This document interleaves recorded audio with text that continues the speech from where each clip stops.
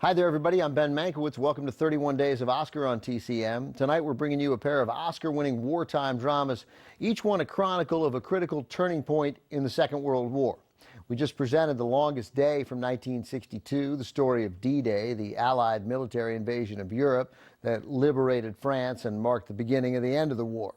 Up next, we move back 2.5 years in World War II to the date that will live in infamy, December 7th, 1941.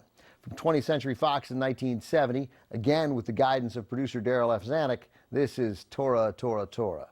Like The Longest Day, this is a meticulously detailed picture, in this case about the Japanese attack on the U.S. naval base at Pearl Harbor, which launched the United States into war. The title comes from the code word reportedly used by the Japanese to signal that complete surprise had been achieved. There was a big idea behind this big project, to tell the story of the attack from both the Japanese and American perspectives.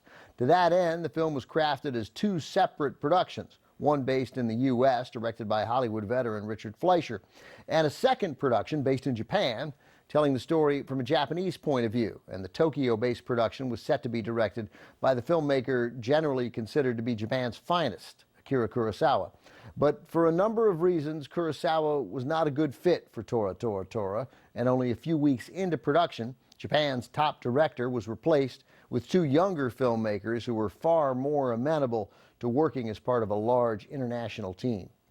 For the most part, historians agree that the writers got much of this story right, making it a fairly accurate depiction of the events surrounding the attack on Pearl Harbor, including the diplomatic subterfuge that went on in the days before the attack. At times, it feels like a documentary, which was the intent.